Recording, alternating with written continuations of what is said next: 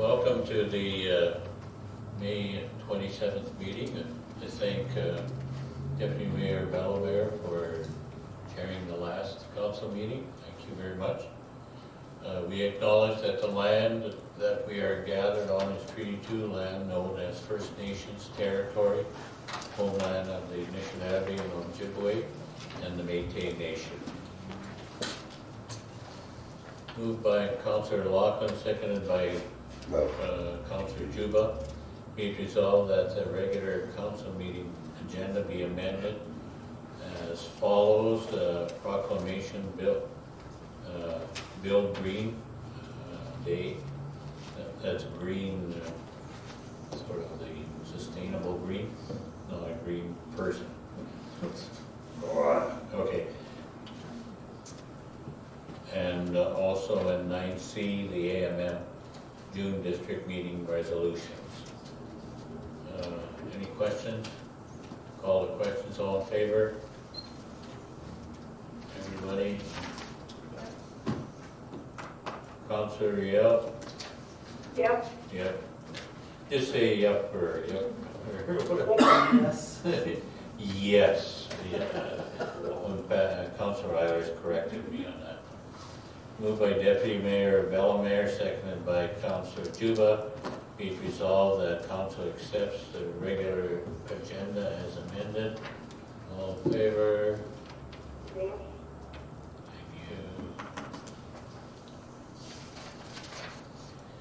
you. Moved by Deputy Mayor Bellemeyer, seconded by Councillor Juba. Be it resolved that the reading be waived and that council accepts and approve as circulated the minutes of the following meeting, that of the regular council meeting minutes of May 13th, 2019. Any errors or omissions? Any questions? Seeing none, I'll call the questions. All in favor? Yep. Motion carried.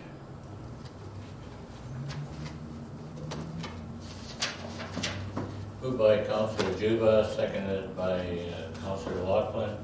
Whereas the Municipal Act state, Section 162 states, each member of the council must attend the public hearing unless the member is excused by the other members from attending the hearing, is unable to attend owing to illness, or is required under the Municipal Council Conflict of Interest Act to withdraw from the hearing.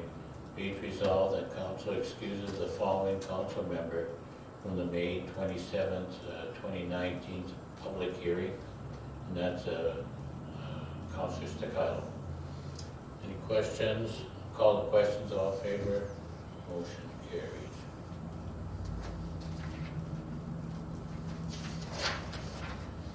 Moved by Councillor Juba, seconded by Deputy Mayor Bellemeyer. Be it resolved that council now adjourns to hear the public hearing as scheduled.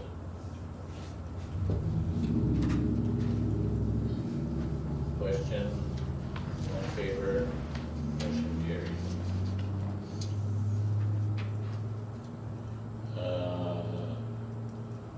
Council will now commence to hear representation from the applicants and any other persons who wish to make representation for the scheduled public hearing. Anyone who has not registered but wishes to make a presentation for the public hearing, please register with the executive assistant. And there's been nobody's. Okay. We'll now proceed then with the public hearing for variance application number 120655300/VO1901/02 for owners and applicants Barrett and Tatiana Porcision for Block 12, Plan 4542, DLTO 303 Wellington Crescent to vary the front yard minimum requirement from 9 meters, 29.5 feet to 4.88 meters, 16 feet, to allow for the construction of a 16-foot by 24.6 attached garage addition.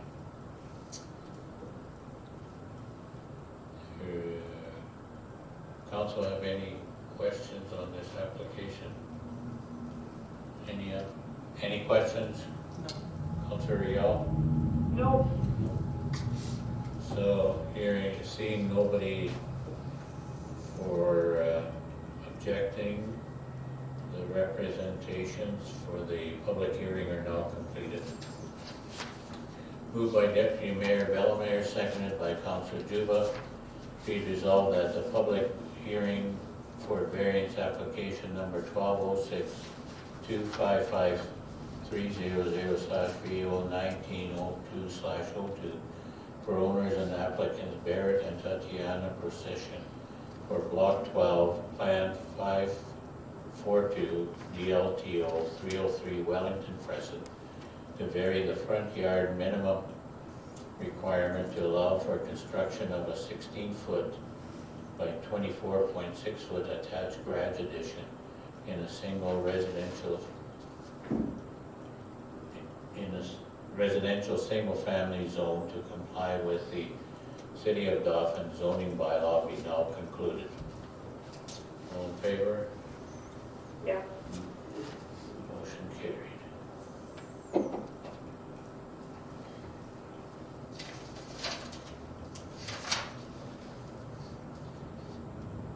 Now we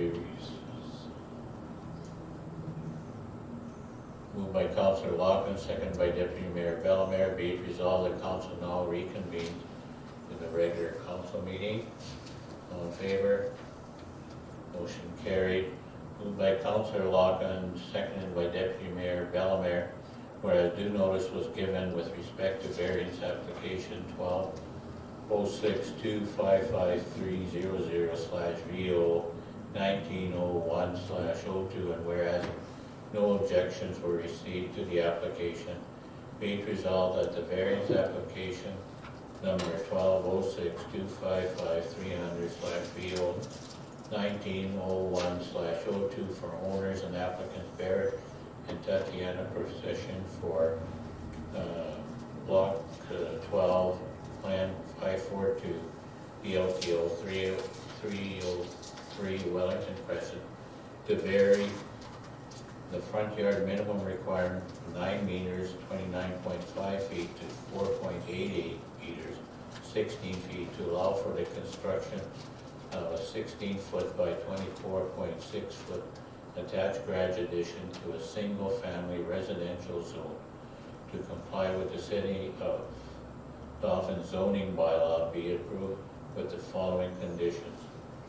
The owner's applicants must obtain a building permit from the City of Dauphin for the construction of the proposed attached garage addition.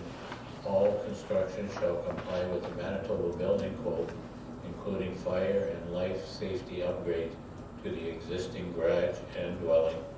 The owner's applicants must submit a complete set of construction drawings as prepared and stamped by a professional engineer licensed to practice in Manitoba. The owner's applicants are responsible to ensure that the building layout and grading is in accordance with the City of Dauphin policy and approved site plan, and that the existing service line does not interfere with the construction of the addition. And number 4, lot surface drainage cannot adversely affect any adjacent properties. It is recommended that it be done in consultation and cooperation with adjacent property owners. Any questions? I'll call the question. All in favor? Motion carried.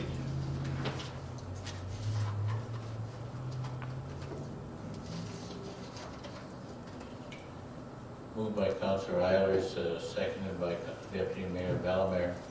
Be it resolved that council accepts this information, the presentation by Sergeant Candace McMacken from the Dauphin RCMP Detachment. Sergeant. Well, thank you very much, Mayor and Council, for having me today. Acting Staff Sergeant Steve Cooper sends his regrets. He last minute couldn't attend, so I was able to ensure that I present the quarterly reporting for the last year-end quarterly reporting. The current establishment of the Dauphin RCMP Detachment has not changed. We are at 14 constables. However, there's going to be quite a few changes coming in the summer, and some have already started. And with people transferring out, moving on, or getting promoted, our HR folks are ensuring that the gaps are filled through folks like Constable Dauphin, who graduated from Depot, and there were 2 others that graduated after him that have already started in Dauphin. After their first couple of months, they're given a little bit more independence from their field trainer, but they're still given guidance and still monitored very closely. But in due time, these 3 new members, once they get to a certain amount of service, will become very, very independent. So it'll just take some time to get them filled in a more independent role to fill the gaps independently. The objectives and priorities and goals would be the same from last year: the reduction of property crime, continuing targeting of prolific offenders, and enhanced communication and public relations by the RCMP with the community and with yourselves.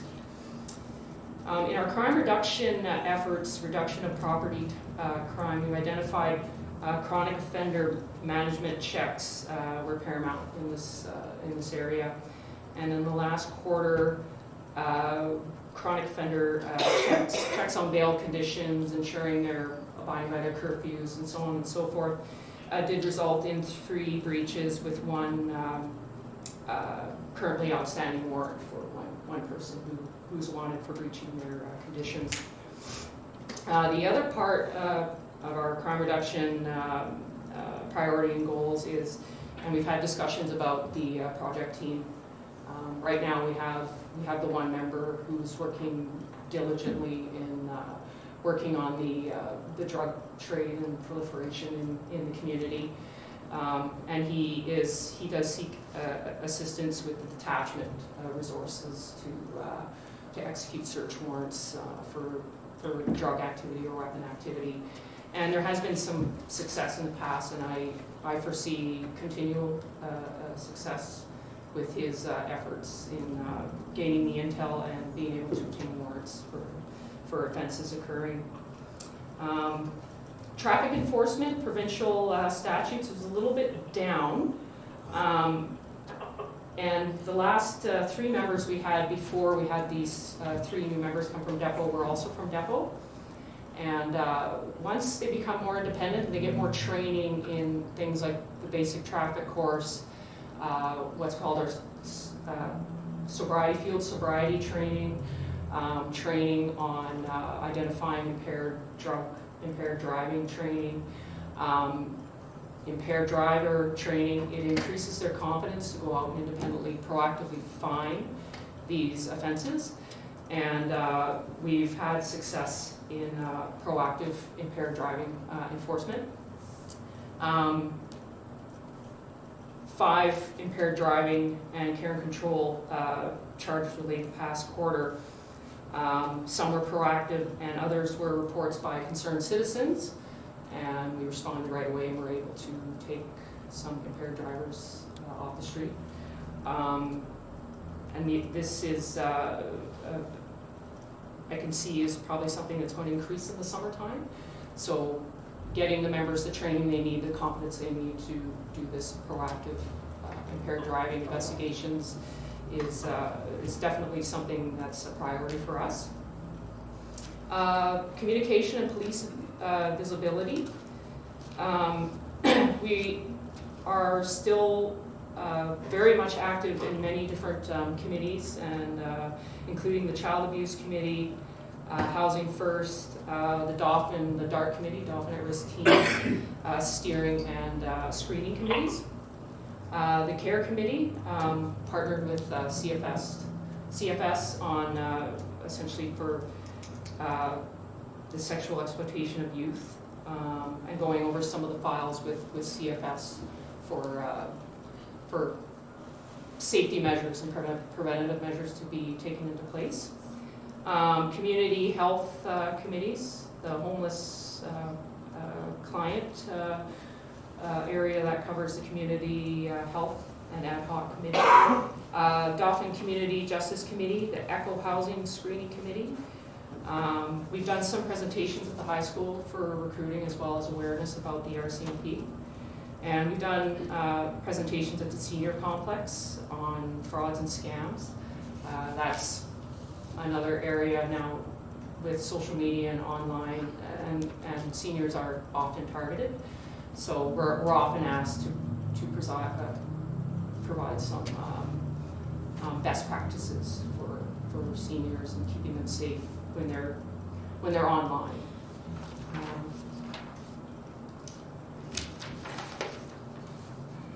Now I'll go over some points of interest, and I'll keep it fairly generic since we're don't want to breach any privacy so I'll keep it fairly generic. Mental Health Act calls for service continue to be quite frequent every month. We average about between 25 to 15 calls a month. Some don't require a lot of resources, and some do. I mean, every situation is different, but it's something that is quite frequent for us. A male, a prolific offender, was charged in January after a proactive vehicle stop, and he had possession of a meth prohibited weapon and was failing to comply with bail. There was an aggravated assault New Year's Eve. A male was struck on the head with an object, and a male has been charged for that aggravated assault. In February, a female was noted to be suspicious and high on a substance. There was an outstanding warrant for arrest, and a search of her person revealed dime baggies of meth and a meth pipe. You may recall the fire at the Alcohol Anonymous building. There was a female arrested for that. However, we're still working with the Office of the Fire Commissioner for his investigational report and see what avenue we're going to proceed with that, if we have enough evidence for any charges. So that one's ongoing. That's the bond building.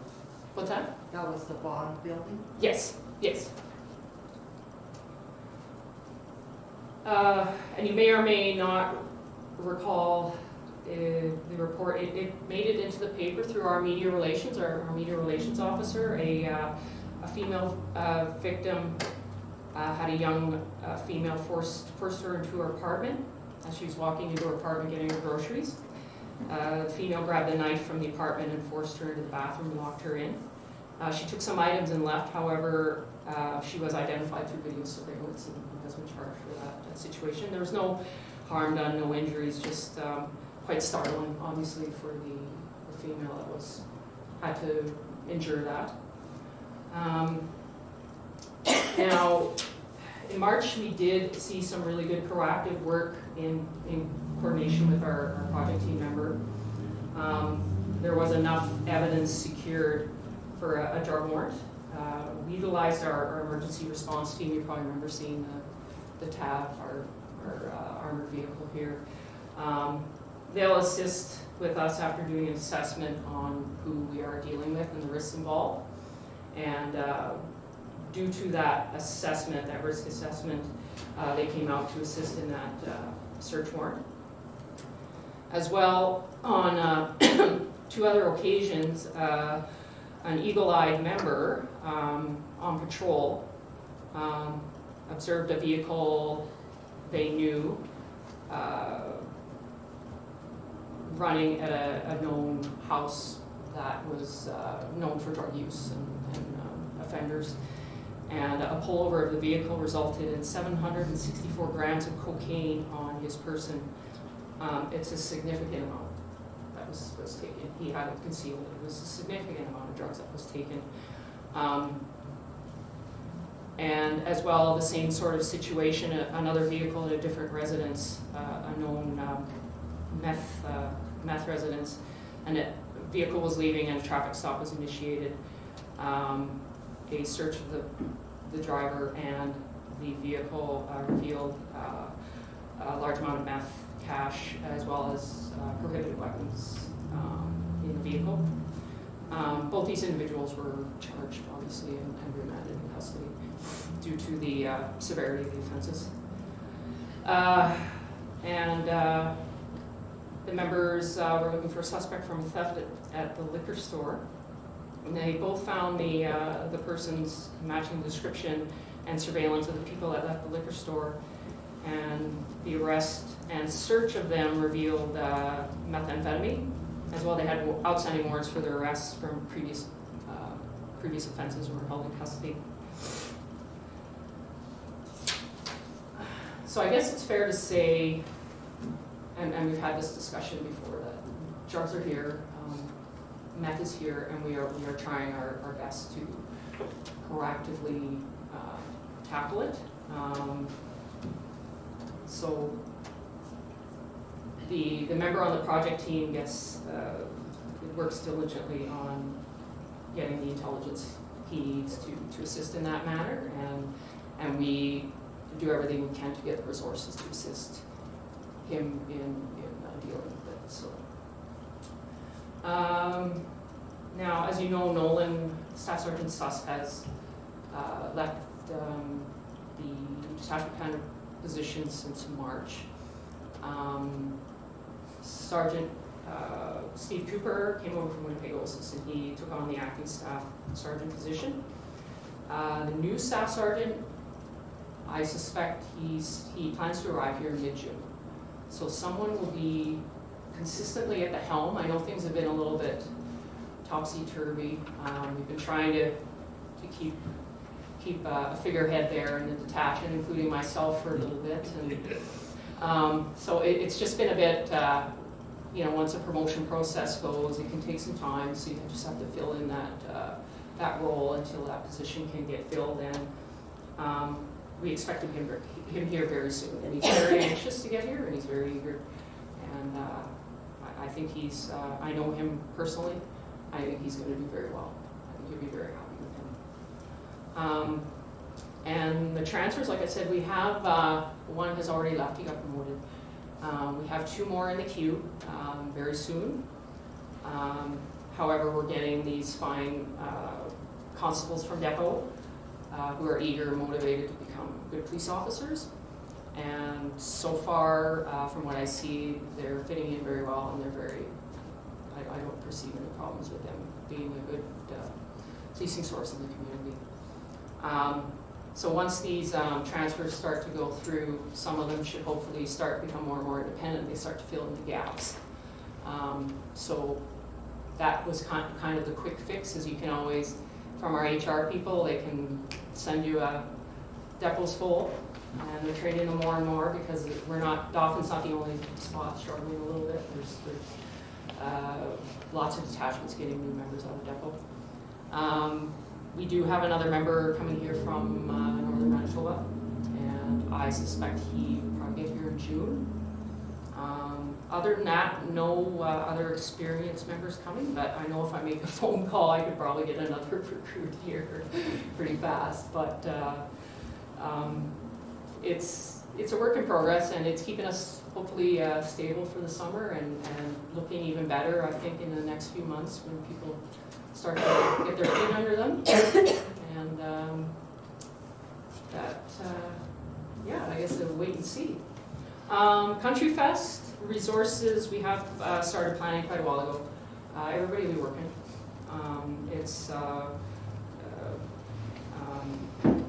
We'll have the resources we need for Country Fest, as well as potentially extra resources through Manitoba Public Insurance to do more check stops and vehicle checks and roving traffic and that sort of thing, just because of the high volume of traffic that comes with it. So we should be in a good position like we were last year with our resources for Country Fest. So if there's anything else. Councillor Deputy Mayor Belmer.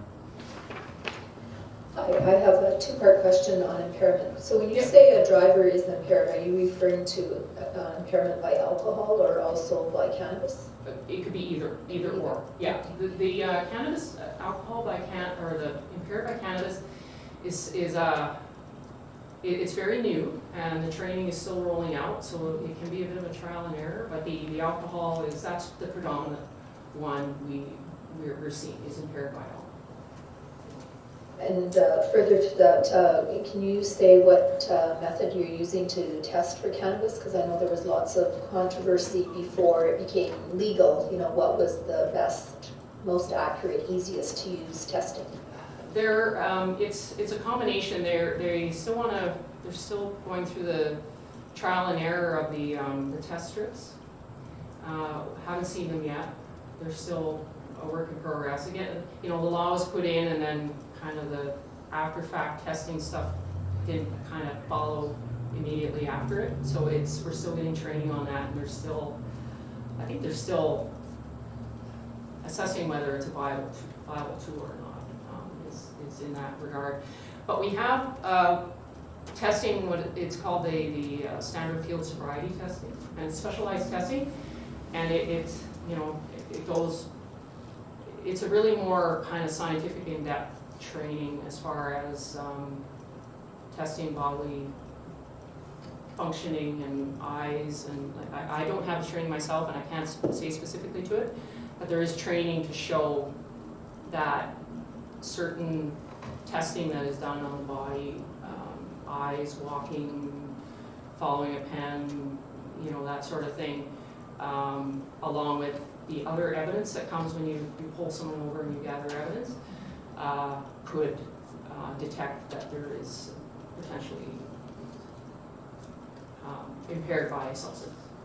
So that training, we've had a couple on it, and they're rolling that out more and more courses. They want to get more and more officers trained on it. So a work in progress. Okay, last question. Several years ago, I'm going to say like 8 years ago, I was reading in the Winnipeg Free Press that their police didn't have training in mental health, which surprised me because, I mean, so much of police work involves people who are struggling with mental health issues. Mm-hmm. Can you outline what's happening with the RCMP in terms of training for mental health related issues? Yes, we've introduced what is called Mental Road, R2MR, which is Road to Mental Wellness, which covers both policing but as well crisis within, mental health crisis within the public, and how to deal with de-escalation. As well, we have applied suicide intervention technique training. Not everybody, the R2MR, every officer will get it.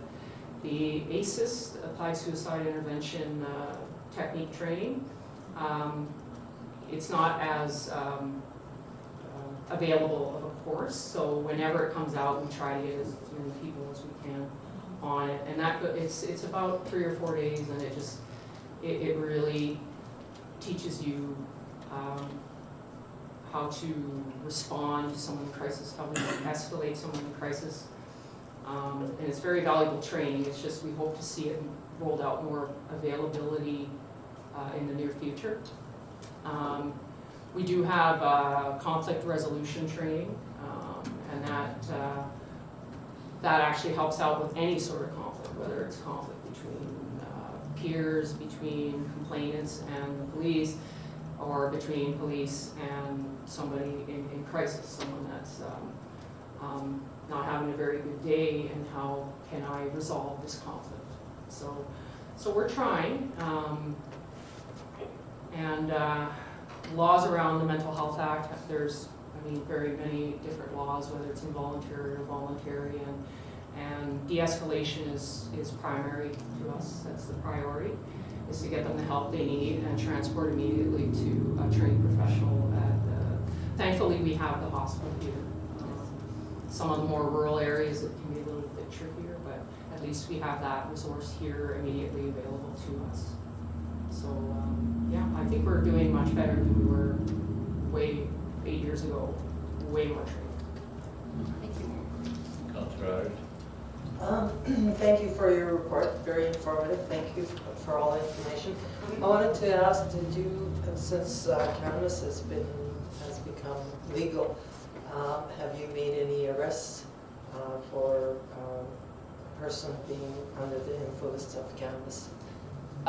There has been for possessing over the 30 gram amount. I can't speak to specifics, but it is increasing. I know one of our members, when he got the basic traffic in the SFST course, he was very proactive and motivated and went out and was pulling over vehicles, and he did find over the lawful amount. So that we are seeing it, and yes, charges have been laid. Tested in court yet? I don't know. That's a wait to see how that goes in court and how the courts handle it, because we haven't had anything go through a trial yet, but that's coming. So, yeah. Thank you. Thank you very much, Sergeant Candace. Just that we had our Protective Services Committee meeting last week, I think it was, and we've in our 2019 budget, we added an officer for specific drug intelligence and that. So I think that letter is on its way to Darcy. I can't. Yeah, What's probably his title? Superintendent Fleury, Darcy Fleury. Yeah, Superintendent. I couldn't AKA remember. Darcy. yeah. Yeah, we know it was Darcy. So Yeah. so that's in place. So you'll have another. That officer is specifically designated for the problems that we're facing right now in the drug area. It's it's good to hear. I think a lot of great work can come out of that in Dauphin, and I think it's needed. It's just the way the world is right now, and we've got to adapt to it and respond to it the way we can, and work on it. So I appreciate your support behind that, 100%. Councillor Yale, you have any questions? No, sorry, it was hard for me to hear. That's okay though. Okay. So thank you very much, and I don't know if you'll be around next time, but Hard to say. wish you best in the run and in your future endeavor, training in Ukraine, yeah, for a year. I just came back from Ottawa for 3 weeks for my pre-deployment training, and no deployment date yet, but they want to start rolling us out in intervals of 2 or 3, starting in June. I'm going to get a week's notice, I've been told, so told my husband to stay put, you know, go anywhere, so I only get a week with him bags before I are leave. packed already. Yeah, bags are packed. And my position will be filled. They've already got that covered, and this is kind of good that they knew.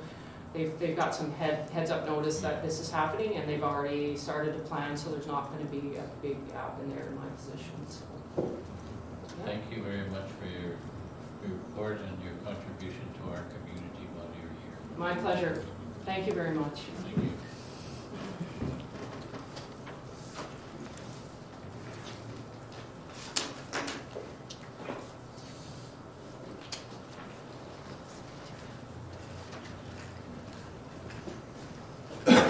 Be it resolved that Council accepts as information the presentation of Sergeant Candace McMacken from the Dauphin RCMP. All in favor? Motion carried. Moved by Deputy Mayor Bellemare, seconded by Councillor Eilers. Be it resolved that all items listed under item 5 consent agenda be approved and form part of these minutes. First is the proclamation of be it resolved that Council proclaimed June 1st as Lieutenant Colonel Bill Barker, VC Day, June 1st. It's commemorated by the Government of Canada as an individual of national significance as one of Canada's most renowned and decorated servicemen of any armed conflict, and whereas his place of birth was Dauphin, and whereas he gallantly served as a pilot in World War I, and whereas he received the Victoria Cross in 1918 for outstanding bravery, and whereas we recognize his loyalty, dedication, and sacrifice, we, the Council of the City of Dauphin, do proclaim June 1st, 2019 as Lieutenant Colonel W.G. Billy Barker, BC Day, dated at City of Dauphin in the province of Manitoba this 27th day of May. And I'll sign it right here.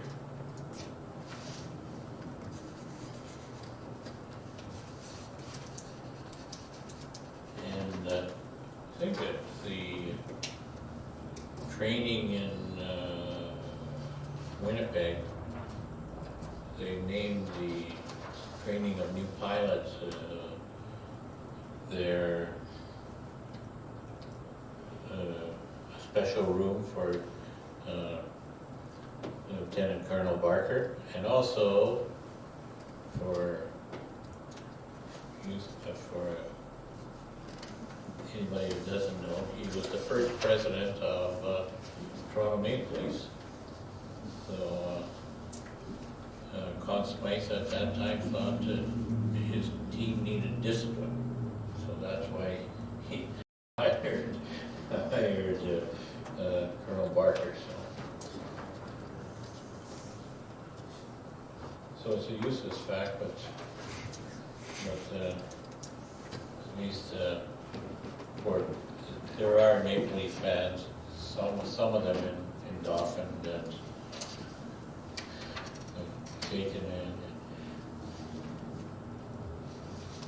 So move on. Proclamation Dauphin Bike Week. Be it resolved that Council proclaimed June 3rd to 9th, 2019 as Dauphin Bike Week. Whereas the City of Dauphin encourages an active lifestyle and promotes cycling opportunities in Dauphin, and whereas the Dauphin Derailer Cycling Club facilitates a positive and inclusive cycling culture that promotes a lifestyle of wellness and connection to nature, and whereas the city and cycling club share a mission to enhance cycling experience, activities, and culture in the parkland by developing infrastructure and programming. Now, we, the Council, proclaim June 3rd to 9th, 2019 as Dauphin Bike Week, and I'll sign this proclamation.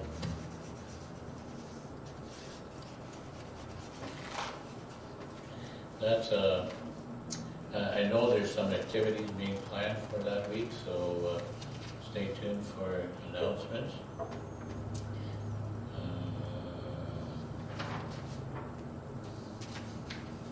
Now, another proclamation, Public Service Week, whereas by an act of Parliament in 1992, the third week of June was proclaimed Public Service Week, and whereas public service employees from all three levels of government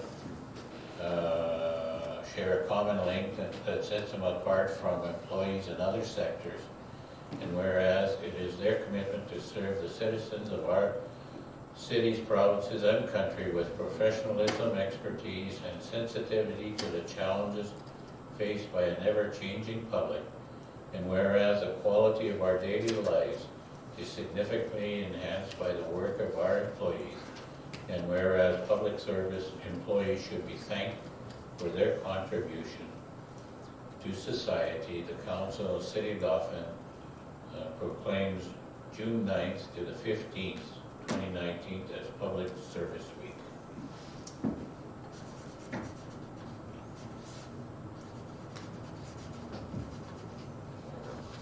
And the last one, we added it to the agenda. It came in, I think, on Friday.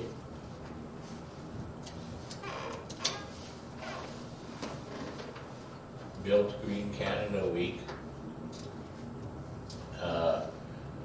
City of Dauphin is committed to sustainable growth and responsible stewardship of our natural environment. And whereas Built Green Canada is a national organization that advocates for sustainable environmental practices in our residential building sector, i.e. our net zero house. And whereas Build Green Canada delivers programs to assist builders in building more sustainability using the latest technologies to create a healthier, more efficient, and more durable homes. And whereas the City of Dauphin is dedicated to protecting our natural resources and encouraging sustainable development, we, the Council of the City of Dauphin, do proclaim June 5th, 2019 as Built Green Day, and I'll sign the proclamation.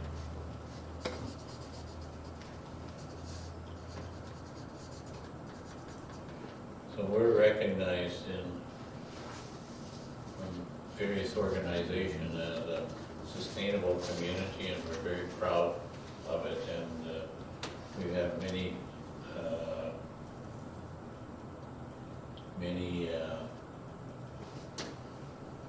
projects on the go and completed projects that has been noticed by both in the provincial and federal governments. Next, the community events, Canada National Ukrainian Festival Kickoff Party, the Dauphin Agricultural Society Fair, and Dauphin and District Chamber of Commerce Annual Street Fair, whereas the city, whereas Manitoba Liquor and Laws allows municipalities to declare certain events as community events, be it resolved that Council recognizes the following events as community events. That's the Canada National Ukrainian Festival Kickoff Party on June 8th, 2019. Dauphin Agricultural Society Fair, June 28th to the 30th, 2019, and the Dauphin and District of Chamber Annual Street Fair, August 1st, 2019, as recommended by the city manager and the mayor. Filing items, the AMM member advisories on the Municipal Amendment Act, the Manitoba Commission K-12 Education, Mountain View School Division News Digest of May 13th, Prairie Mountain Health Plus newsletter of May 9, 2019, 2019 Emergency Managers Management Exemplary Service Award, deadline extension, Environment and Climate Change Canada Environment Emergency Regulations 2019, the Canada National Ukrainian Festival request for volunteers, and the Aquatic Invasive Species Prevention Program as recommended by the mayor and city manager. Any questions? I'll call the questions. All in favor? Motion carried.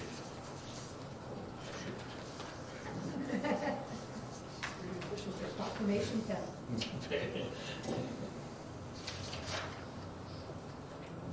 Moved by Deputy Mayor Bellemare, seconded by Councilor Adams. Be it resolved that Council accepts this information. The following corporate reports for the May 27, 2019 regular council meeting, and that of the city manager. City manager, go ahead. Thank you, Mr. Mayor. It has been 2 weeks since our last meeting, and it is great to see so much difference in our weather and our outside environment. It's warm and there's green grass and leaves on the trees and whatnot. So I think spring is here, but it was -2 at my house this morning and frosty and all that kind of good stuff. Had a few days where they were full of meetings, so I outlined the meetings that I did attend, including the Arvin City of Dauphin Liaison Committee meeting, May 16th, meeting with our Canadian Union of Public Employees, one of the representatives, on May 23rd. I attended a protective services meeting on also May 23rd, attended the open house of the Net Zero House, May 23rd, and a Crisis Prevention Task Force meeting also on the 23rd. That was my big day of meetings. We also had an AMM City Caucus teleconference meeting on May 24th. In terms of some of the things I've been involved with, the first one I list is the mosquito traps, because with all that green grass and trees and whatnot comes those blessed, wonderful bugs. So the province of Manitoba does set 2 mosquito traps in Dauphin to monitor our rates and to see if there are any mosquitoes infected, or the ones that are carrying the West Nile, or that could carry the West Nile virus. So there's 2 traps, and I did check with the homeowners again because they are on private property, so we have permission again to put those in this year.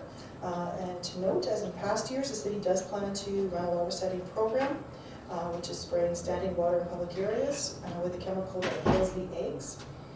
And as a reminder to property owners, it's great to start now. So it's suggested to empty containers and low spots of standing water to reduce the habitats where mosquitoes can breed.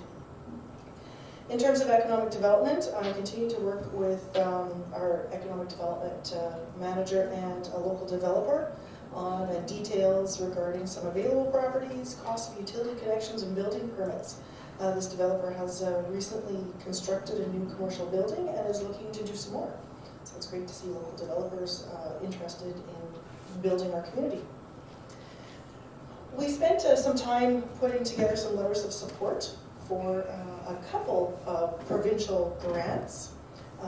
One was for Manitoba Sport, Culture and Heritage, and that was a Community Arts Operations Support Grant, and that was for the Dauphin District Allied Art Council, which is their yearly operating grant, and they operate out of the Watson Art Center. The second group was for Manitoba Municipal Relations Building Sustainable Communities Grant.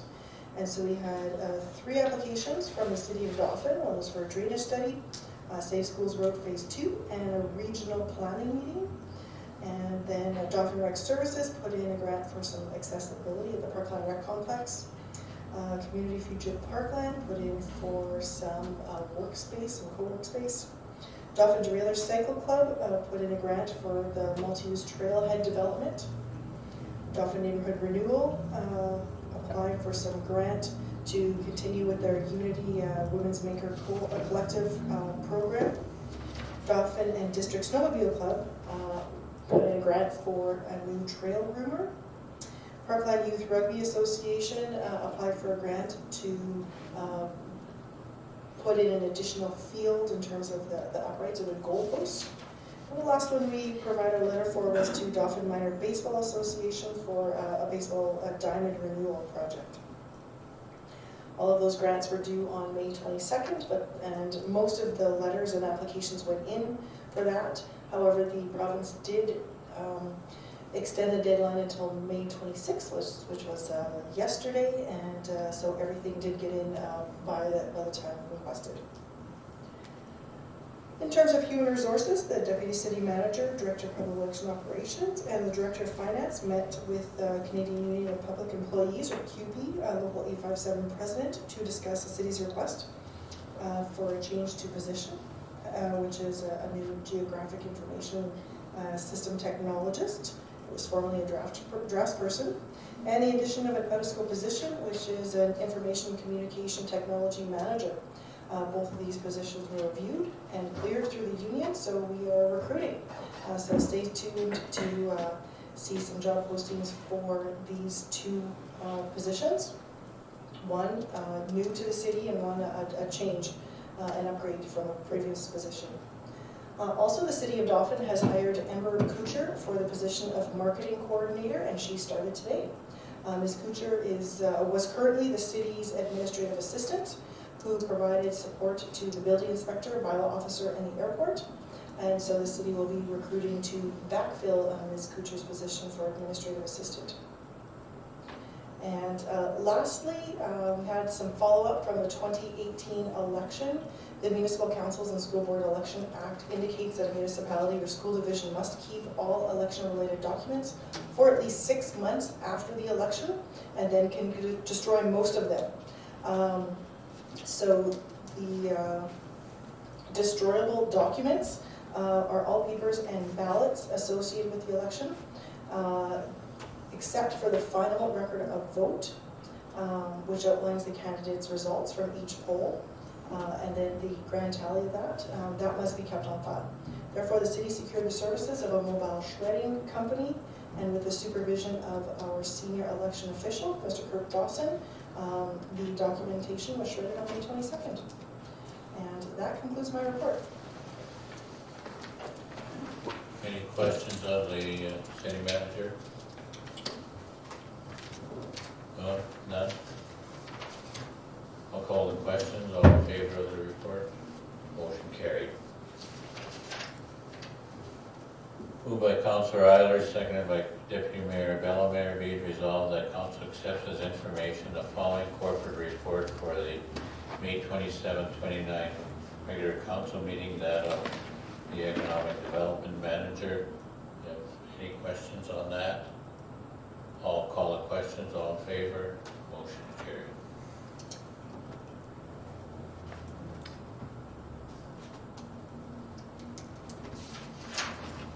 Moved by Deputy Mayor Bellemare, seconded by Councillor Juba, be it resolved that finance accounts having been examined by council be hereby authorized and approved. Checks numbers 24751 to 24808, 58 checks for a total of $200,978.36. There were no voided checks, both in the current range and past ranges, and no electronic payment. Just a few highlights on that check, or the larger amounts. The one was to Hydro for $14,468.43. That's the city lights around town. And our regular bill of $10,046 for all our operations, both at the water treatment plant and shops and the city hall, etc.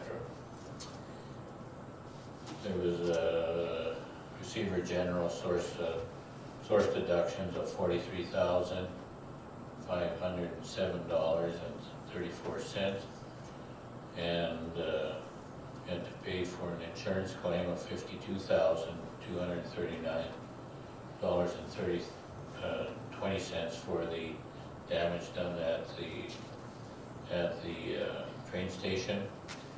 But we're putting that towards an insurance claim, and we'll get that money back.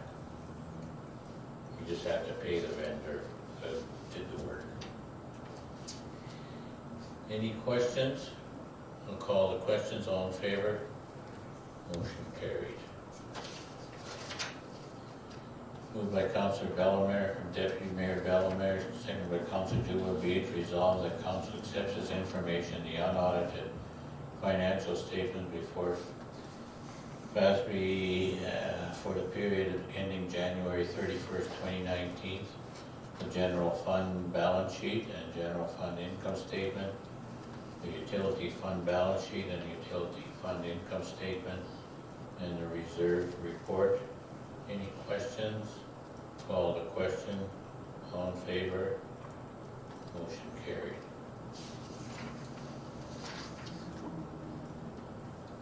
Moved by Councillor Juba, seconded by Councillor Laughlin, be it resolved that council accepts as information the following engineering department staff report for the May 27, 2019 regular council meeting.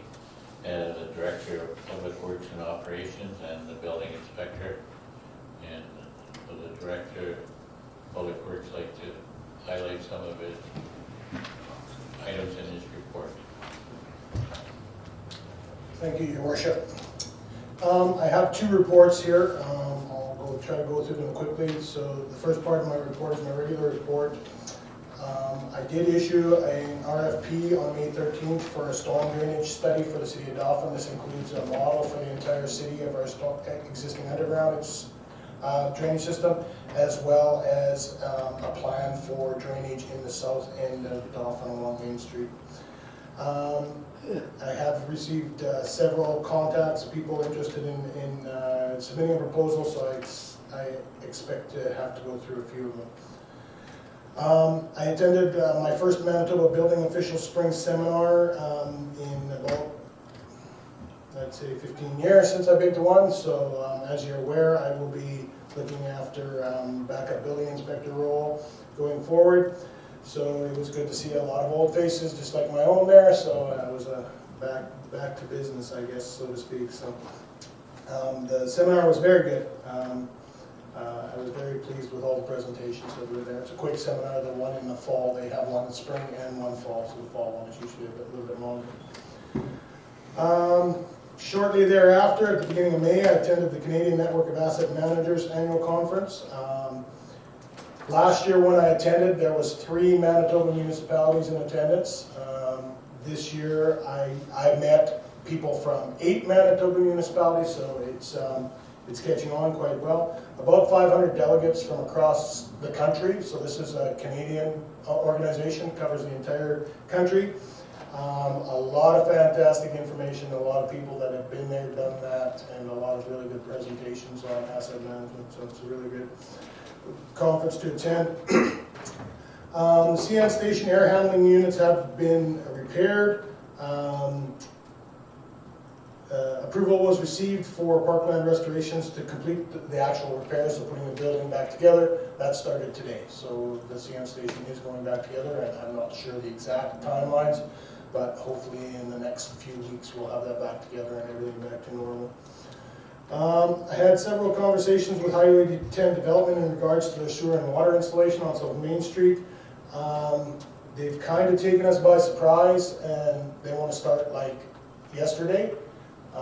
We were expecting it would be later in the year, so it's causing us a little bit of an upset. So we're working on a way to fix that.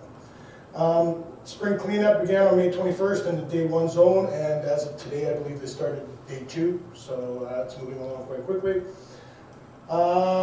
We had an issue with our pressure control valve at the booster station a couple weeks ago, and as a result, we had 6 mainline leaks, as well as 2 clear box repairs, and we probably have some more smaller leaks as a result of it that have not surfaced, but we're continuing to monitor, and hopefully we'll get everything fixed up. The valve has been semi-fixed, and a new part is actually showing up tomorrow. We have a screen to control it out at the booster station. That screen died, so we didn't really have any control. Fortunately, the guys I wasn't here, but the guys who were doing some work on our SCADA were here and were able to connect the computer and fix the problem, or else we would have been in really big trouble. So that's all been taken care of, or will be taken care of shortly. Hopefully it doesn't happen again. Sidewalk on Dorothy between Kerr and Edward is complete. They just finished that last week, I believe.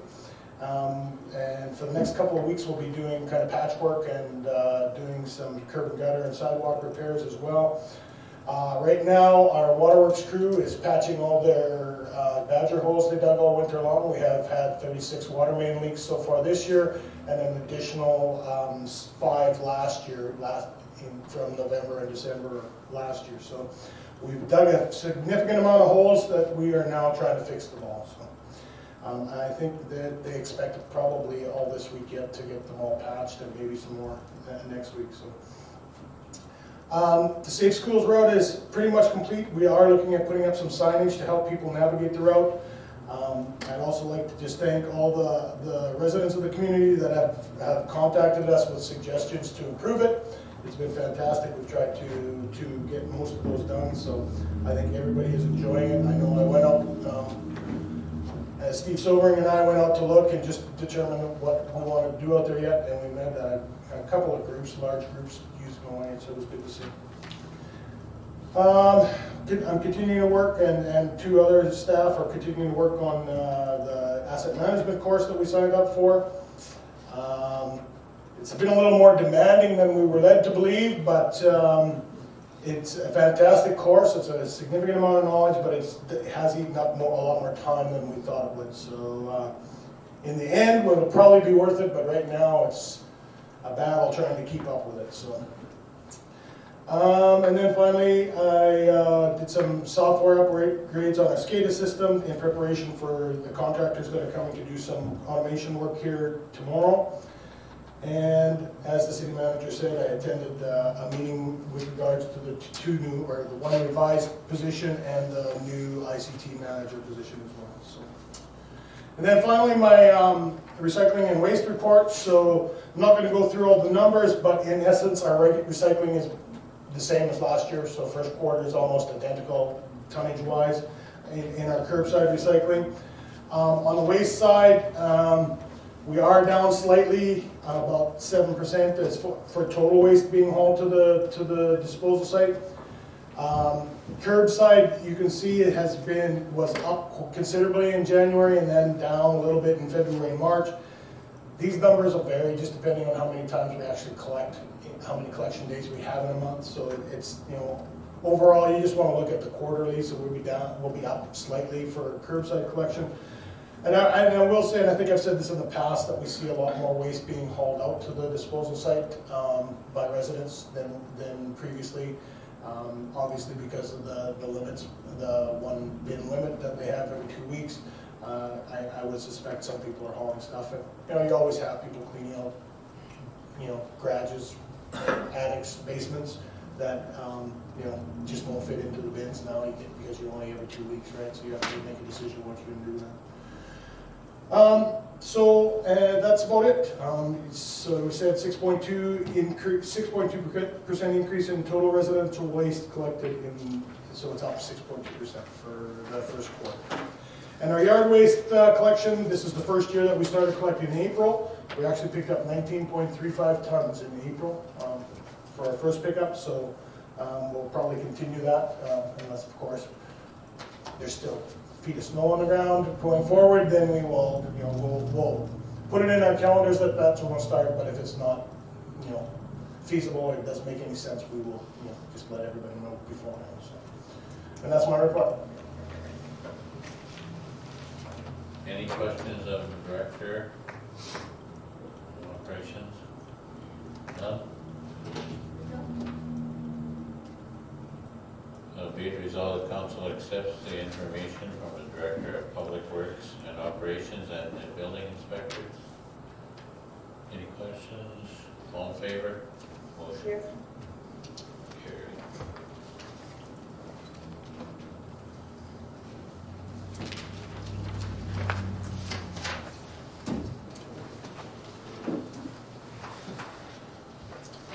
Moved by Deputy Mayor Bellemare, seconded by Councilor Juba. Be it resolved that Council accepts as information the reports of the following committee: the Fort Dauphin Museum, the annual report of 2018, and the financial statements of December 31st, 2018.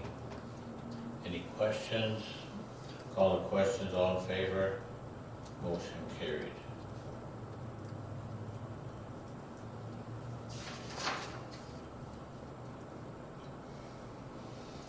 Moved by Councillor Loughlin, seconded by Deputy Mayor Bellemare. Be it resolved, the Council accepts as information correspondence dated April 26 from Travis Parsons, Acting General Manager of the Manitoba Water Services Board, regarding a 5-year capital planning process and a request for municipalities to identify water and sewer projects that may be considered for construction in the next 2 to 4 years. And further be it resolved that Council accepts as information a memorandum dated May 22nd from the Director of Public Works prioritizing water and wastewater system projects as follows: lagoon upgrades, the Vermilion Dam remediation, and metering and pressure management zone study. And further be it resolved that Council agrees that the project recommendations outlined by the Director of Public Works and Operations be forwarded to the Manitoba Water Services Board for their consideration. Any questions of the Director? All in favor? Motion carried.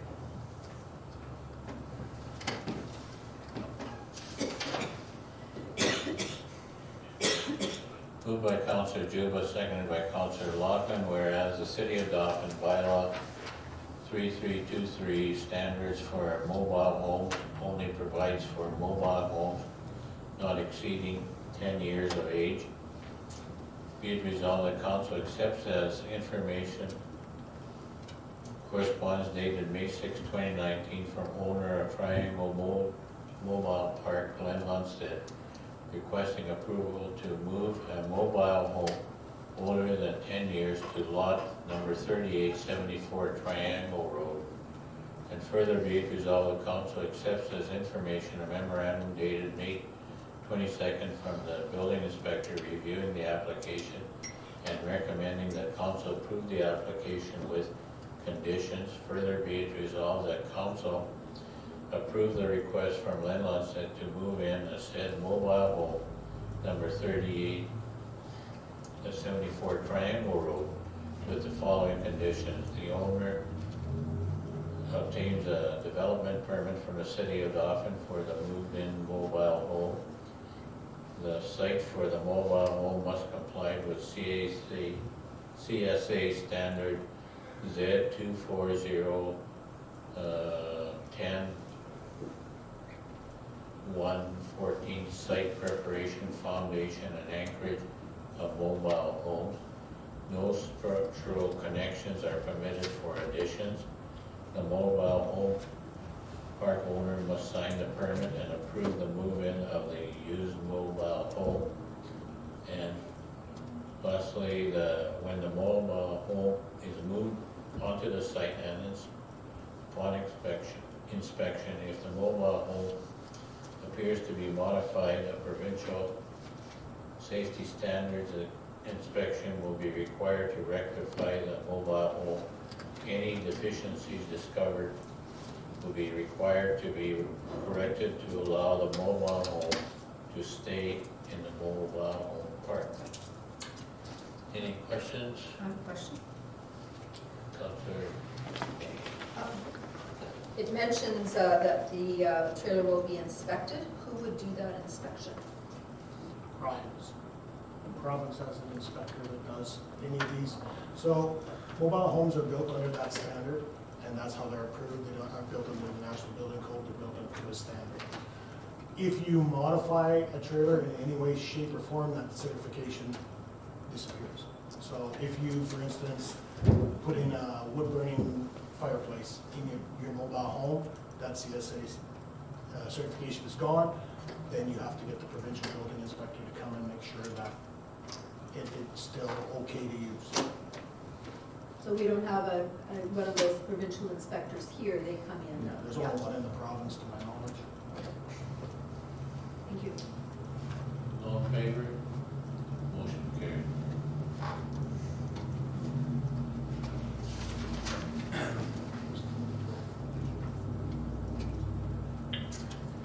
Moved by Deputy Mayor Bellemare and seconded by Councillor Loughlin, whereas the Association of Manitoba Municipalities solicits resolution for municipalities to help them determine priority issues for lobbying activities and policies. Be it resolved that the City of Dauphin submits the following Category 1 municipal issue resolutions to be reviewed at the Park Plan June District meeting on June 12th in Gilbert Plains. I think this was discussed in the city caucus, and Thompson, Selkirk and Thompson wrote this standard resolution requesting municipal assistance grant indexing. Whereas the province of Manitoba provides annual funding to support all Manitoba municipalities to address operating and capital priorities critical to maintaining healthy and sustainable communities, and whereas the province of Manitoba has frozen the level of operating funding it provides to municipalities at 2016 levels for the past 3 years, and whereas this freezing of funding does not recognize the rising cost of municipal operation caused by inflation, downloading of provincial costs, and spiking of input costs, And whereas the Manitoba Bureau of Statistics reported that Manitoba's consumer price index increased by 1.3% in 2016, 1.6% in 2017, 2.5% in 2018, and the April 2019 was ranked as the second highest in Canada at 2.3. And whereas the municipalities across Manitoba have been working diligently to cut costs and minimizing tax increases to our citizens while sustaining services in our communities, and municipals desire to be partners with the province in growing Manitoba's economy, and therefore be it resolved that AMM lobby the province of Manitoba to establish a predictable long-term system of indexing the annual municipal assistance grant provided to all municipalities, and further that the rate of this index be equal to or greater than the annual rate of the Manitoba Consumer Price Index. That was discussed in quite detail with the other members of the city caucus, and it not only affects the larger communities but all the smaller ones too. Any questions? I'll call the questions. All in favor? Motion carried.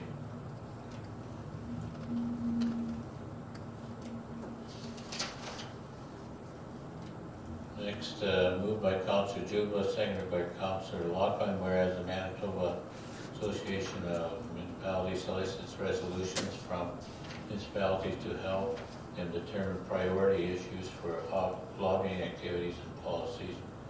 Be it resolved that the Council of the City of Dauphin submits the following Category 1 municipal issue resolutions to be reviewed at June district meeting on June 12th in Kilwer Plains. That's the meth issues, whereas meth is an illicit drug that is highly addictive and becoming more widely available and inexpensive to purchase, and whereas the effects of the use of meth are destructive to individuals and families and can result in violence and are life-altering, and whereas there are insufficient resources for education regarding meth, insufficient supports for those addicted and their families, and insufficient resources to enforce laws regarding the crimes related to meth. And whereas many of the effects of meth use present and indirect costs to municipalities, be it resolved that the Association of Manitoba Municipalities lobby the province of Manitoba to provide sufficient funding to educate the population regarding the hazards of use of meth in hopes of preventing its use, provide sufficient funding for readily available and comprehensive rehabilitation facilities for those addicted, i.e. Build One in Dauphin, and sufficient funding for law enforcement and associated with the crimes related to the distribution of meth. And this is an issue throughout the province, so we want to make sure the province hears the problems associated, and they do know, but they do require money for resources for both policing and for rehabilitation of the people. Any questions? Call the questions. All in favor? Motion carried.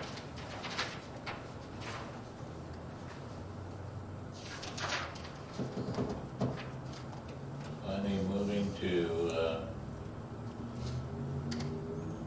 invitations, moved by Councillor Loughlin, seconded by Councillor Juba. Be it resolved that Council accepts as information invitations to the following events listed below: the Prairie Mountain Health Community Stakeholder Meeting, June 5th, 2019. Where is it being held? The Health Services Building. The Association Manitoba Municipality June District meeting, June 12th at Gilbert Plains. Manitoba Métis Federation Northwest Council National Indigenous Peoples Day on June 21st. I'll be attending that one. And the Manitoba Conservation Districts Association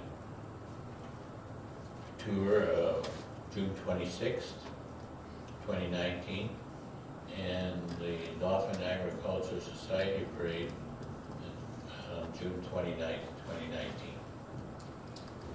So, any questions on those? No, I'll call the questions. All in favor? Motion carried.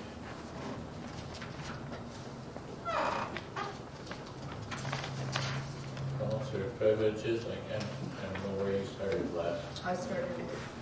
So we'll start with the deputy mayor, or Councillor Rial first. Yeah. Okay, Are you ready, Councillor? I'm ready. Thank you, Okay. Mr. Mayor. On May 13th, I attended the regular council meeting at City Hall. On May 15th, I attended and actually worked at the grad powwow at the CSS. Congratulations to all the grade 12 graduates. May 23rd, I attended the Protective Services Committee. I also attended the Net Zero Open House. And it was wonderful to see the collaboration and cooperation between all the stakeholders, very touched. I also attended the Crescent Task Force meeting that day as well. And on May 25th, I attended the Dauphin Miners Baseball Tournament in St. Louis. A lot of great volunteers, coaches, and appreciation for all that Dauphin Miners Ball does. And I'd like to apologize to community futures, and sorry, your communities in bloom. I missed that as well. I missed the Habitat for Humanity being up to ball tournament. So, hearing that's it about my report. Thank you, Councillor. Deputy Mayor Bellemare.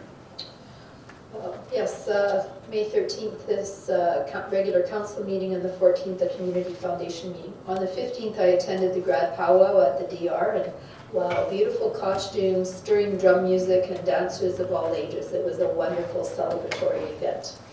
May 21st I attended the community band concerts. There's a jazz and concert band that played, and they displayed their beautiful new music stand covers. They're black with red and the Dauphin crest on them.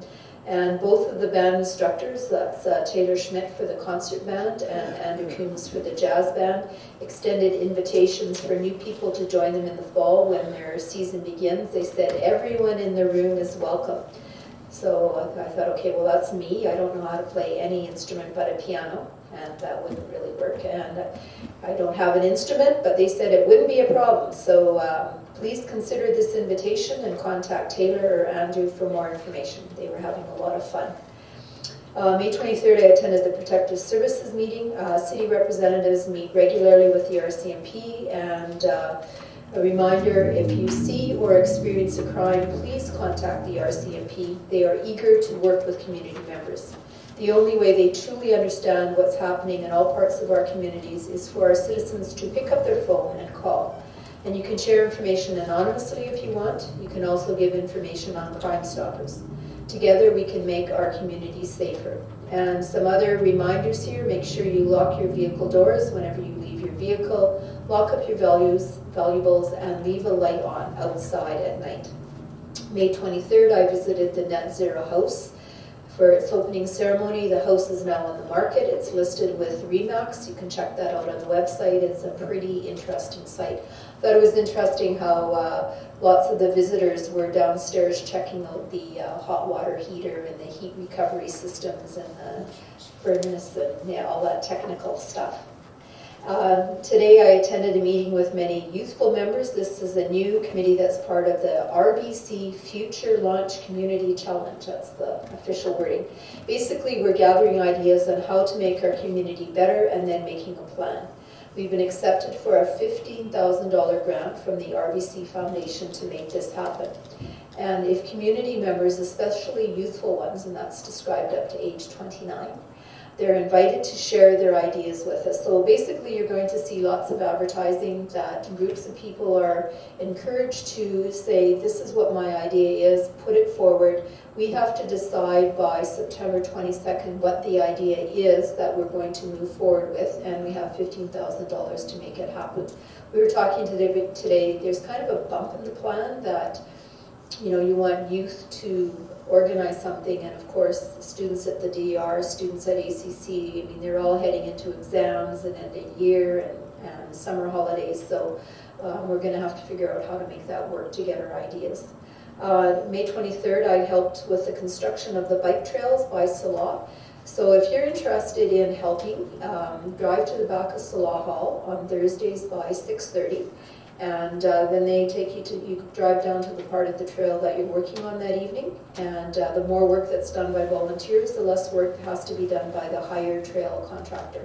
So we ended up getting some awesome pictures. Some of us were, Staff Sergeant Suss was helping the night I was out there. And so we have some pictures with that beautiful high bluff and the creek behind us. And yeah, it was a pretty cool evening. And kudos, a big thank you to Joyce McGinnis, Joan Smith, and their crew for their organization of the hugely successful vintage fashion show on Saturday at the WAC. Fashions from the 1920s, 30s, and 40s were modeled. These were outfits from the Beth Naylor collection, which is located in Russell. And a big thank you to all the local businesses and individuals who donated to this event. Each outfit that was modeled was sponsored by a local business, and then the accessories to go with that outfit were sponsored by another business. So pretty amazing level of support. And food and prizes were also donated. So wonderful support shown for our dear WAC building. And upcoming, just a reminder to check out the community calendar that's on the CKDM website. There's a big list of all the upcoming events this week, and I also figured out how you can look past this week because it's there into the future as well. So you just keep clicking buttons and eventually you'll figure it out. So thank you CKDM for this service, and that concludes my report. Thank you, Deputy Mayor. Councillor Jewett. Thank you, Mr. Mayor. May 13th, I attended the regular City Council meeting here at City Hall. On the 15th, I had to send my regrets to the Riverside Cemetery Board as I was out of town that day and couldn't arrange another day for the meeting. So in lieu of, I visited the cemetery manager and received updates from the meeting and received pertinent information relating to that meeting. On the 23rd, I attended the Protective Services Committee meeting here at City Hall. And then on the 23rd, later in the afternoon, I did go down to attend the open house at the Net Zero Hope on 135 Edgar. I wasn't there for the speeches, but I did have a tour from with Steve Sobring, and it's very fascinating to see the all the architectural that went into that home. It's very well built, and whoever purchases that home will realize some real net zero savings. Saturday, the 25th, of course, with it's very difficult for me to attend a lot of events this last week. I worked night shift all week, but I did, so I wasn't able to go and pick up any of the items from the chip day. But I did go down in the afternoon and help the Habitat for Humanity at our Restore Day. I want to thank our Dauphin area for their generous donations to our extremely successful day. I want to thank also the library for donating a second cube van in case we needed it. But this year we didn't need it, but in years to come, we just if we keep it up, we might. We were able to fill the one van, and it was wonderful. Also on Friday, I just want to note that our Habitat for Humanity group received a $7,700 grant from the Canadian Indigenous, it was a Habitat for Humanity Canada Indigenous Housing Partnership. So that, with the Restore Day and a couple other fundraising efforts that we've had in the last month or so, we've received about $11,000 worth of donations to our towards our build. And May 26th, I attended the opening day at Fort Dauphin. So that's my report. Councilor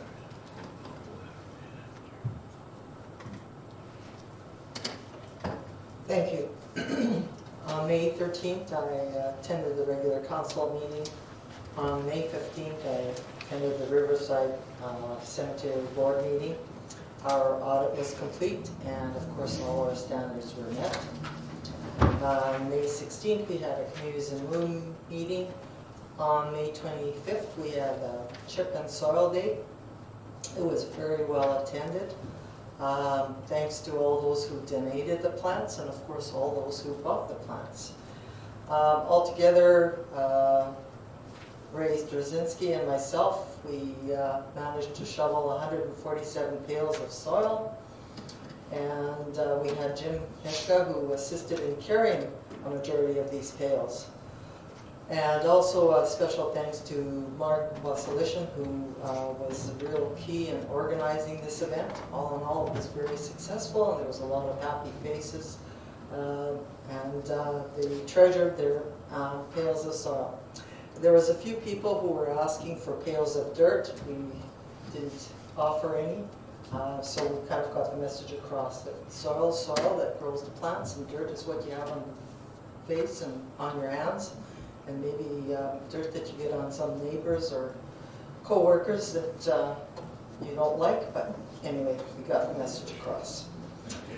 On March 26th, there was the grand opening of the Dauphin Museum, Pioneer Day, and May 26th, what did I say? Sorry. May 26th was again, this event was very well attended, and again, this event was very much done. Thank you to all the volunteers, and also to the Fort Dauphin Museum for all events they do throughout the year. So this is their big start. The Dauphin and District Community Foundation got a grant again for for Green Dauphin and the solar project, and part of the ones who contributed, of course, were, I want to do a special acknowledgement. It was by the Catalyst Credit Union, but also partially by Alice and Ted Dent Family Fund. They were neighbors across the road from me, a very delightful couple.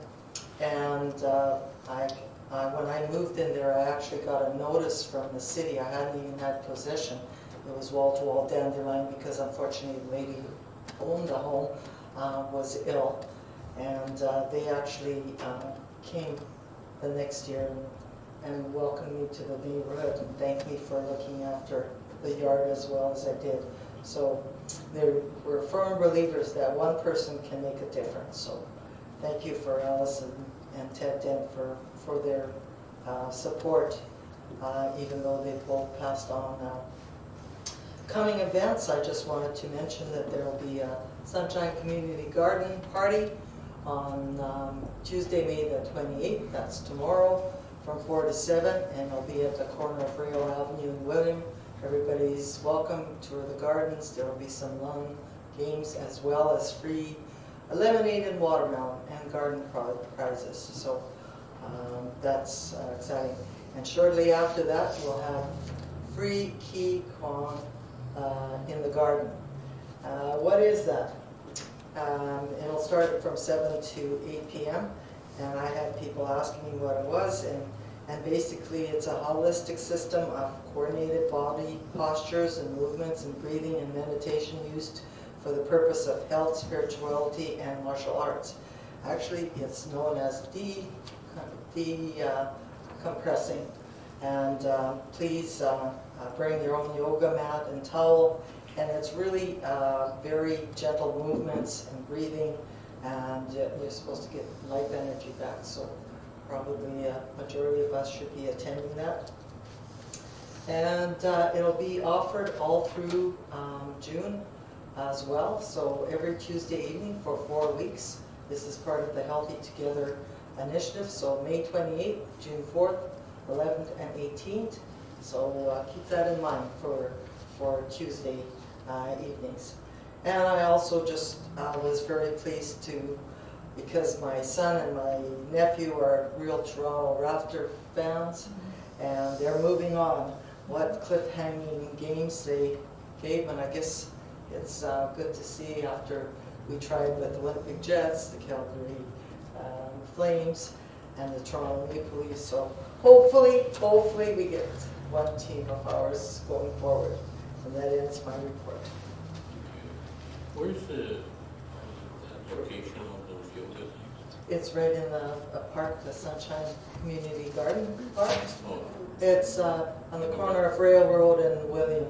It's in the West End. In the West End. What was called the West End Garden. okay. So yeah, it's we had yoga last year in the park, and we had as much as 40 people coming. So this is a really good event, and hopefully we have a lot of people coming because it's a good way to relax. Good, thank you, Councillor Laughlin. Thank you, Mr. Mayor. Quite a couple of weeks. I'm getting ready for some wedding thing that I'm a part of. Don't tell Jessica I said it like that. All this stuff. On May 13th, I attended the regular council meeting here at City Hall, and then a few days later, I attended the Communities in Bloom meeting here at City Hall as well. And then, like much of the other councillors, I also attended the Net Zero Home Open House on May the 23rd. Obviously, big congrats to Steve Sobering there and all that were involved in this great initiative for the city. It was great to see so many people out there for the barbecue fundraiser for the Kids in Mud and checking out the house as well. It was really neat to see, for sure. Deputy Mayor Bellemare mentioned it, and Councillor Eilers mentioned it, and CKDM's been mentioning it, and I mean, there's just so much going on in the community this weekend. It's kind of stupid, to be honest. Just so much to do. I just kind of wanted to touch on a couple things. On Saturday, you've got the Lobster Fest for the Rotary Club. The Humane Society is holding a garage sale fundraiser. In the mall, the Red Apple store is opening. Skate Dauphin's hosting their Color Blast Fun Run. Dauphin Minor Ball's holding a fundraiser at Kelleher Ford. There's a square dance jamboree at Credit Union Place. That's all going on Saturday. So there's lots to do this weekend. And then on Sunday, you got the Red Shoe Crew Walk. That's going on in Vermilion Park. So I just wanted to make people aware that Dauphin's a pretty bustling place this weekend. And that ends my report.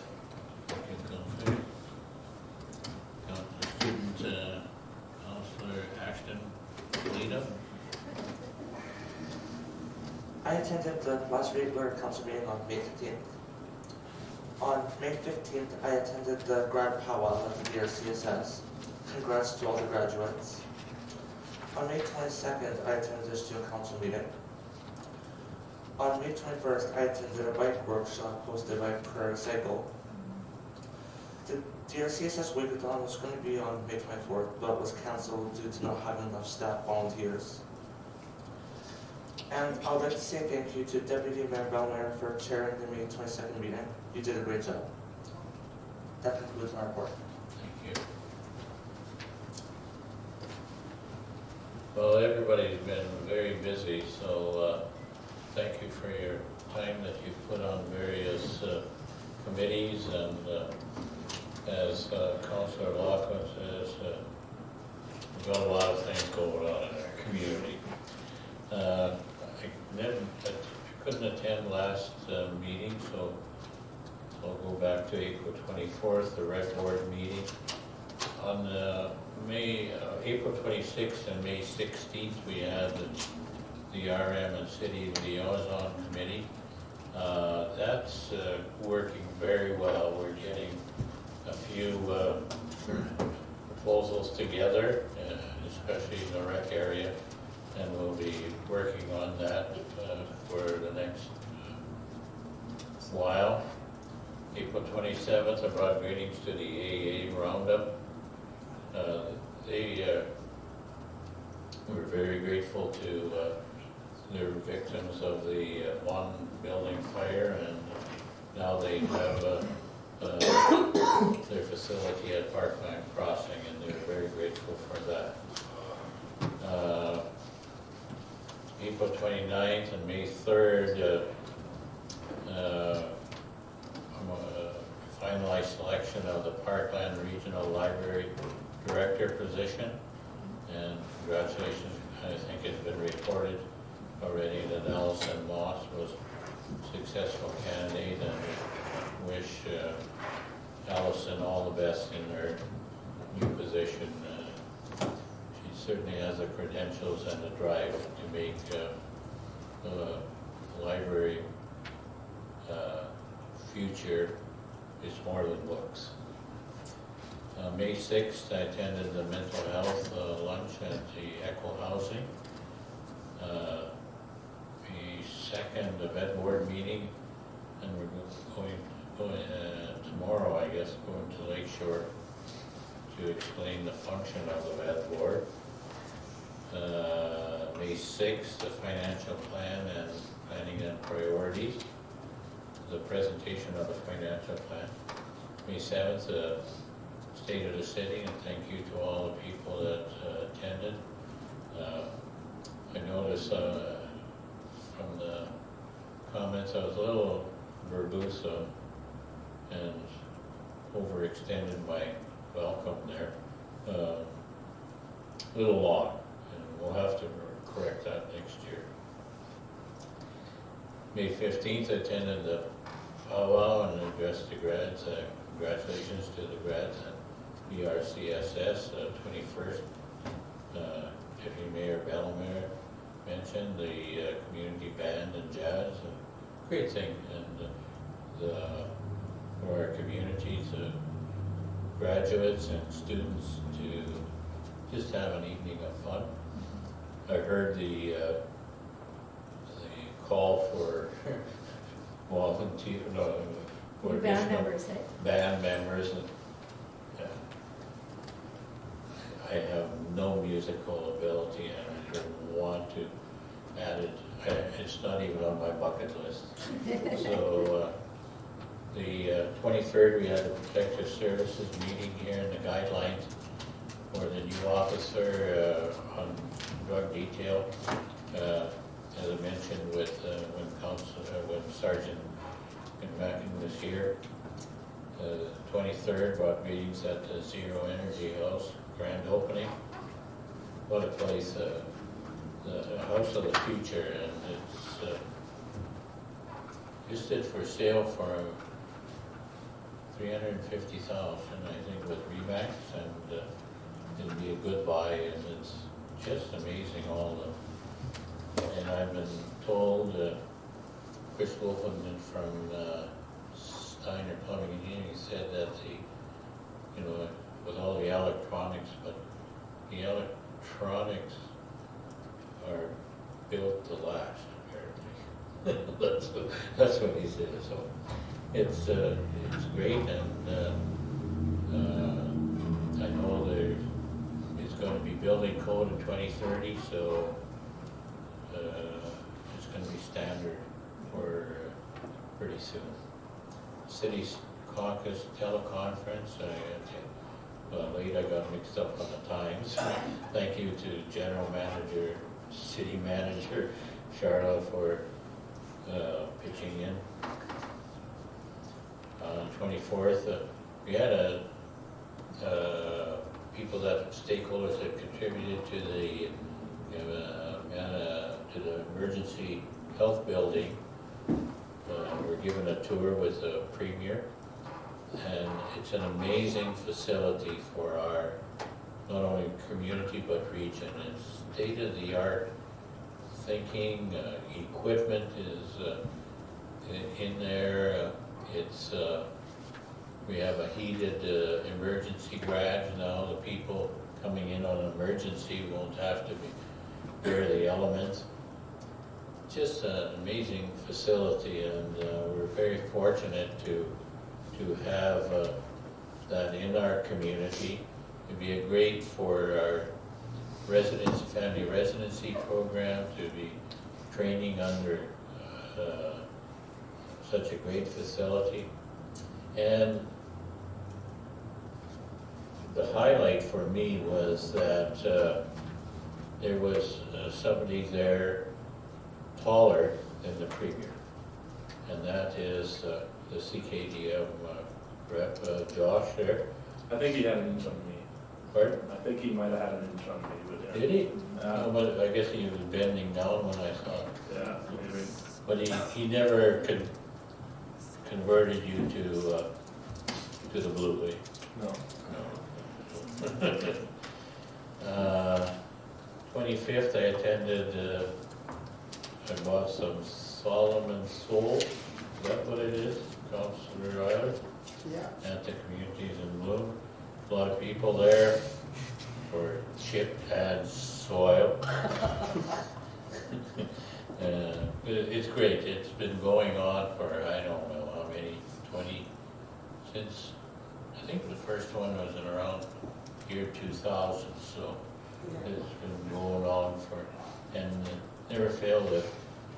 They're still making dirt. I mean soil. Attended yesterday the broad greetings from the city and hoisted the Canada flag at the museum for their official opening. So it's open and a lot of interesting exhibits there, so people should be encouraged to attend. And that's my report, and remember, June 1st, Lobster Fest, get your tickets early. Okay. So,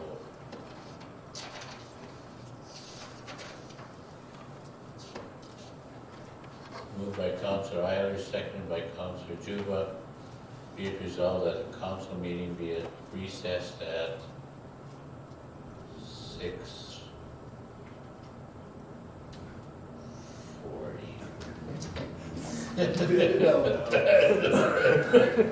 Just wanted to keep you an extra second now.